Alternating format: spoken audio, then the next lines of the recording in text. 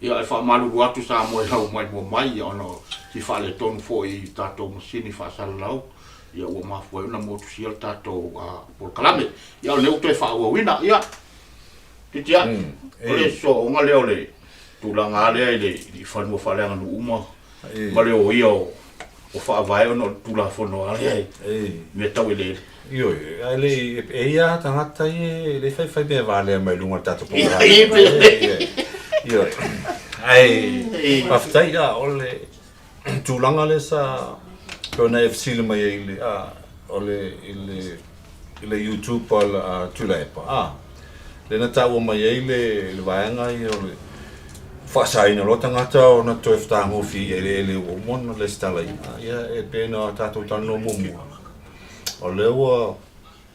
ile tulana le solfa vai o le vai ona o le fire tu la fono ona o se le lei ona o tatu tangata ai o fai ona le lei o le fai ngamalo ia ma tangata mai fafo pe o le atu ngalunga na le sa ia le matofu vai nei o le SSIG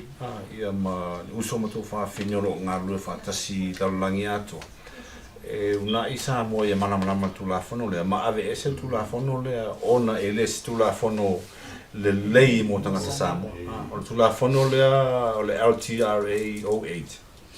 tu la fono fa business it's a business law langa o le benefits ai tanga fa business ma fa le tupe ia matangata o le affiliate tonu le malo le shareholders ai mana fa business ia le la ia la vanga I como sa fa ma fenga malo o le shareholders mo fai business e o atu I Samoa tai pe o lisia sainga ia le fai Samoa e shareholders sai la uli ia to benefit sai I le MNRE o le MNRE o le Ministry of Environmental resource and natural resource and environmental so MNRE la e benefit sai la ko I ma le whainga malo ia a lea e nofo tangata ono la tunu ele o mawaila ele alunga tuala le nei le sia unga tupulanga ua lea ole ia se ia na i o tatu tangata I latu whanua ole ma whaifo ina whainga lo pisinisi ona pe a whailo ila lo le lisi o lala ua ave le pule anga ma le malo si anga le whanua lea I le whainga malo po le MNRE so ua ia iliko kusai soltu la whono solid fa vai ona ana fa pestu la fono e benefit sai tanga sa moa ia ona le leila ana le ai o ale fa ngo I fanu fa langa nu fa le liwe fanu fa langa nu fa tumoti ai trustee me le ngai fa mai la ko la fongo e trustee pe tausi me ai le MNRE le malo o lo vengo a ver ora kusa la pule no la le ko pule no mano public lo le fanu o tuto tasi o freehold ia na pulera la ko fanua ale e no fono la tunu ma tanga tayo no fanu se to mai fa ma la titsa ruta so tu la fono le na pas ele o valu na mato atura ile dos furu so fitu pata sala no na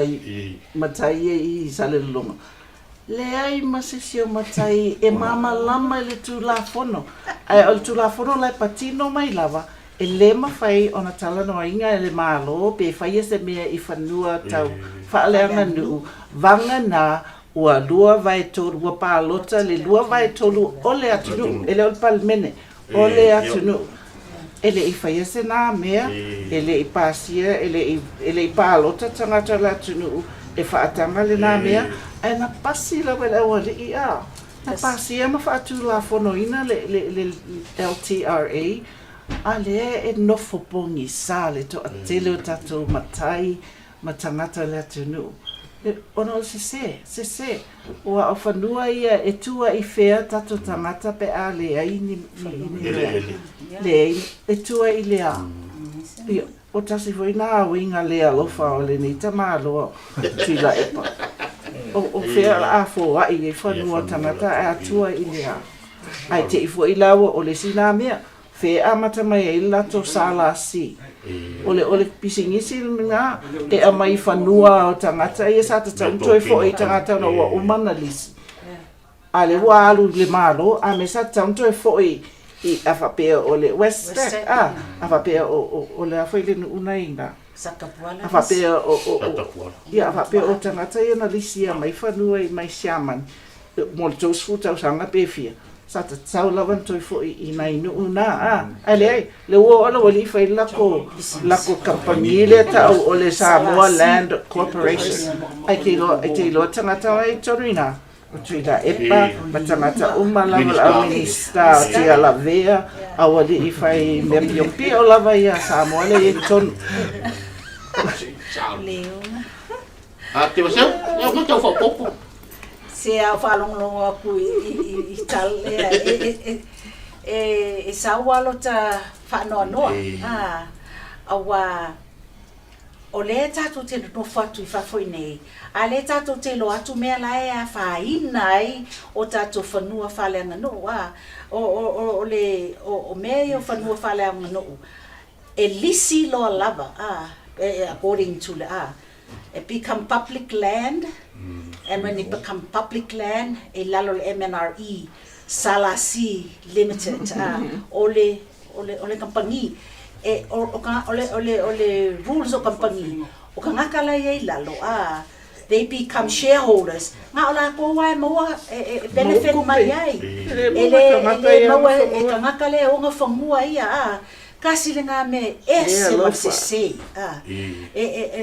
ole o fa ye pisingisa le vaenga fa fele mama fa fele ya menga o ke le ofia I isi fainga pisingi kanga fai pisingisi le o ke masangi ai e ngofo ai ele fai lungo so la ko mangako wai loa fai lungo se la ko mangako ya kipi lola ko ele o mafau I le ko akele o mai ganga ka Samoa o la e makikiva e ka kaunga mo se kupele o mai fangua nge ya ai ole mea sa o la vala ko ia ka kala ngoi fo o whangua ngai whaaleanga noo. E se pule. Ele pule ai ngisi ngā o e pule ele ko kero a inga. Ele koe whangaungi whangua pe ave whangua ngai. Ia o lela au mai sainga. O mai whai pisi ngisi se lau o ngas furukau sangala i lisi. Oka. Ia ngā oki lisi ngaka. Se furua kupulanga. Aile yoe. Aile koe o ia kako kupulanga. I ko kongo whangua ngei, ele ai sela e peo nga sangoa ia kumbasa. Maua o kongo ave o e whalapui, wow, ngau e sopo e kongo, ai o la kou lava whangua, ai o lisi, o le mea ngā lea, e kakawanga ve ese le la lea, ia alefo wakao fiofia le malo e le whaia, ia ke le rope e whaia mea o ele, se longa vanga ngā o kumai le, se malo fo o nga koe ilo la ia o le LTRA 2008 wa o le mea lea e kakawanga ese wo ia ai le whaavai o Samoa ia o kako mea singa ia that's who we are o kako whaasingo manga lea o kako whangua haftai ia haftai e tāua I lau whalongolongo le tātou ko kalame le sa tau tāua I whapea o te tau na awe ma tā upu lea whapea e whaimani ma tā upu tonu a onga a tātou atunu e whaamala lama I tupulanga fulia a onga I lato hira fia I tūlanga I tau le ai uta te mai wa o e lo mai whawhai a onga ia Koe pe whamama lama I tonu a onga. E kai pea o Amerika. O e kawanga I wasenga o le history a Amerika. E kau whainga whaingi wasenga Samoa e awa o I le kula whongo ma whawai o le malo. I mama lama I ka mai ki walera wakupu mea lea. Pe o mama lama lala ko I mea le iai. Ia o mea ngā la sa kupu ma kua I po ni sa le kua kele. I mea I e atu. So wale lei ko I mea le wakupu. Wahala mai e mawhauwhau ko kele la kungu. E so. E le pere bel fasiri manga ia le ila ua Tofi. E ka kau on mandatory ku se kau nga iai le wasenga le o le Constitution of Samoa I ko kongo a onga. E ka unga whailu wasenga le. Samoa E ka unga whailu wasenga le. Inga ia feola malama tangata Samoa I kula whanu whaavai a Samoa. Ia ua ingi I se whewesia inga. Au ingi fa politiki fo le kaipela to inga tulanga le wo ye le ofsu ya mengu mena I lungo ya la wo ya istama ai le mama tula fono ono le leilo la wo alu fa me fa longo ya fa ya to ina le me ya oso ai le fa tau ma Fai kau ye. le tau na le fa nga le constitution ito tono high school po lungo university Samoa ina ia malama ya one ye il tulanga le o le fa senga tanga Samoa ya o tulanga fa pe lo malama la tunu e fo I mo termine pe ona o tano mo o le ilato Samoa lo ia tunu I fafo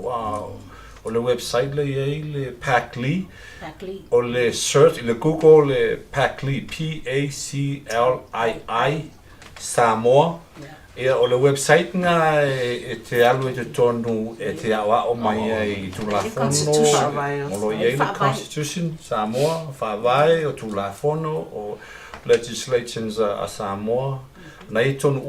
le website le ai o sai ilien faitau o le matau o le mele faitau pe ona mātou koe atu o mātou ni loi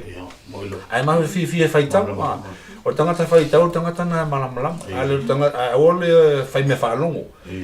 potu whaalongo o le whaalongo maulesi le e se potu whaalongo o se potu faitau o le faitau la ai faitau tu spai te malamalama fo tu spai ai whaalongo longo fo tu spai ai whai mai ala fai veau na e sakali e suka molo ala ke loa e lo sakali o sakai vai pa nga meva ia la se ma fai veau ia o le fai kau ia maruako e mai io Kawaso. ia ko nga tulanga le taua ia silina e te taula I se fai nga malo fo ona ia se amendment fo le tulafon fa ina ia fa nga ia ave le constitution tono o nga Samoa ia malama se o tulanga Ia ta mo no le tatu o mai fai un tatu po kala me ia ai tu na foi la no mu le ia fai mai foi a to sa nga ma se me foi o Tofi fa fo tu ai foi mo le malo tatu tu no ia ma mai nai seu ia fai mai ala so finangalo Faftai lava mo le nea fa noa matango fie Samoa Faftai foi mo manatu faalia le nea fiafi o lo manatu lava na o lava ile taimile nei ile fai unga o le palota lena o matu nei ia o lava la toia male mele wo o ange iai e te tau lava ona suile malo o lo wana manatu e pe ona ba ai atu ile to tele o Samoa o lo te talo ma o lo o ana popongi ia suile malo o le fo wei lo lava fo lava ele caretaker le o tuila epa le fie o tangata ia te ia malana no fo inga o sui le tele o mea o sui ele malo sui ele constitution o Samoa o ia ele constitution Samoa e te tau lava ona toi fa sa o mea ia o le malo fo lea o lo fa pe o le atu mai nei o le fast e sui ele malo e te tau fo lava ona tu usava noa ile fast lato e fai e se suinga pe ona iai o le wa ai tu lava se vanga na la o sui mai le fa msinonga le fai nei le aso le nei o le lava e clear malama le totelo Samoa I mea e pe ona tato fa longo iai sau pepa la taula palapa Brenda Latu e lai clear lava le constitution ele taulia le mea le na fai ele komesina o whainga palota le fo il mea le fai le ao le malo e saini le po o lau lava manatu na o lava ele nei po Samoa ia to le tai maua le file mua e tatou se atunu fealo fani te atunu o alofa e lava fo ia tatou le no pale I taimi whape nei le so o le vasari nei vai taimi o lo iai lava e tatou le alofa ma le file mo ina ia whaamanueina le nei a whainga palota I se le lei o le atunu o Samoa whaftai lava. Ia whaftai mo lava noa. Samoa o le atunu ue la e alolofa tele ia I mātou. Ana mātou le alolofa ia autou. E le ea maseke atu I mea nei tutupu. Ai ona o le atunu e pele I o mātou loto. O le mea fo I lea e tau longolongo atu ai. Ma whaamanatu atu ai I le... Ai mese lawa I le teimi nei. Whamanatu atu I tuila e pa a whai e alofa moni I le atunu. Mo mali atu. Ai tu ule atunu ne ia whai le manatu o tangata. Wa umana pa alota I wa umana whaali le fina ngalo o le atunu. Wa le lei foi e suinga o se me le lei. Le lei le suinga e mawhai ona na mainisi au wala fu e a whaalu alua I luma le atunu. Ai, o le mea moni lava. Ia whamoemoe e alofani e le atua tausanga al tatou atunu. Ina ia manuia, ia fufuanga I pei ona. A vevesia ima. Whaale tonu e teimi nei. Ia, e whamaruru ati fo I le manu o le atunu o bea whai sasi fo I le ngana matulanga o ia ona o le tūrata pokalama e tūsao atu lawa I le ngalo mwhasoa ia o le whaftai atu fo I mo le avanoa ai o le tualalo ma ia lava pale pese o tātou atunu o fone isi tātou pusi tātou popolenga I tūlanga o tau whaafefe I ami a mai whafope a whaale tōnunga ia e leo la tunu o Samoa e anga manua ai au fo I ita ia o tamo fo le alasa I tūlau lawa ia e o tātou atunu o le atunu e sa ili malo e sa tuto tasi tātou atunu o no sa ili malo sa le sa masa fo le toto e leo sa atunu o la e fo nei I tangata vai o sa atunu o la atunu o tangata I loto ma o la lalo alofa ia a whaale tonu fo ia e au whaatasi a tātou atunu o le mea taunga iai ia a tūlanga o le tātou a fiafi whaftai mo le avanoa ia o au fo I ele o se fast ele o se HRPP o le whamuamua Samoa o le sui o le Samoa First I o le mātou foi vaenga ia e leo whapeu te au I le fast peu te au le HRPP o le mātou vaenga ia e tu sao lava manatu as a conservative o a lau tau tonunga le mātou vaenga whai o le Samoa First e leo se vaenga whaporkiki o le mātou vaenga e halua nunga tu la fono e fa porkiki uma isi vaenga al matou vaenga o le tulafono o le ala foi le ona tala noa tu tulanga tau tulafono ina ia alu sa mo I tulafono e te tauna ia I mal fa vai o tātou atunu e manuia lava fa sa ona atunu fa ftai mo le noa tātou tu e whelua I pea ia tamu ai malau whafonga malau wai po mai I le tātou por kalame nei fiafi na o tō whafonga I manatu whaalia fo I o nisi o tamali mis foi o sa au for tu al tatu tu I o lo ala papa o nei uta ele ai lava se nganga e fa o lo atau ai I pa ia mano malo tatu tu I tu langa fo I fa tal noanga e lava no to si de fia ia e na no fo lava ia tu I fa fo nei ia le nganga lava o tatu tu o le tangata lava mo na fa na manga o le matai fo I mo na ai ia e dai fo ia se tam mai fa ta tia le ala pe upo le tatu tulo ai fa malu atu o le afo I se lape wa ia nei fiafi ngana ia malu ave fale yo tu ngalo ia le fame moe o le atanto to fisi le fai fo le nava ia fo ia mo so ongol tatu por kalame ai mo le fiafi nei fa so fo ia ma manuia la fa so sama samo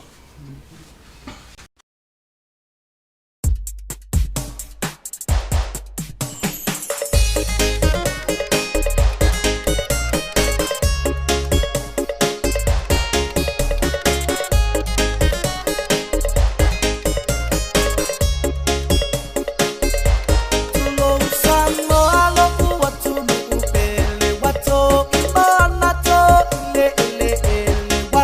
atunu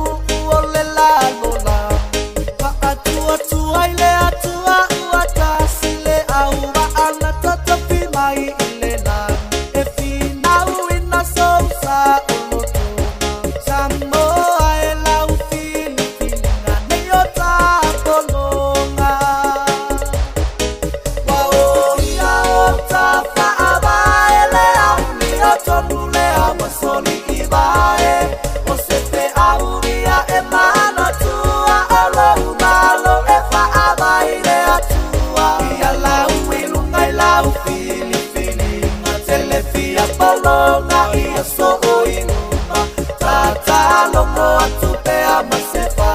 wa aile lumana io atafana Samoa watapisa ekalesi anu umainga Faingalea miotonu la laule tata aona yotato tangata O aita malelele tautua sa ilimanuia awata Samoa lo Tofi Faile fa amaoni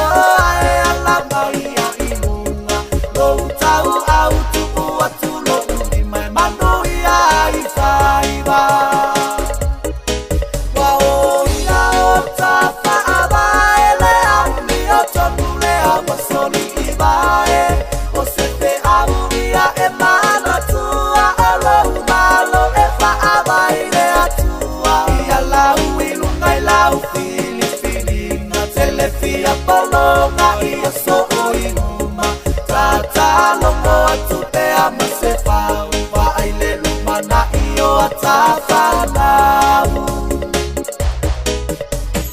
Samoa watapisa ekalesi anu umainga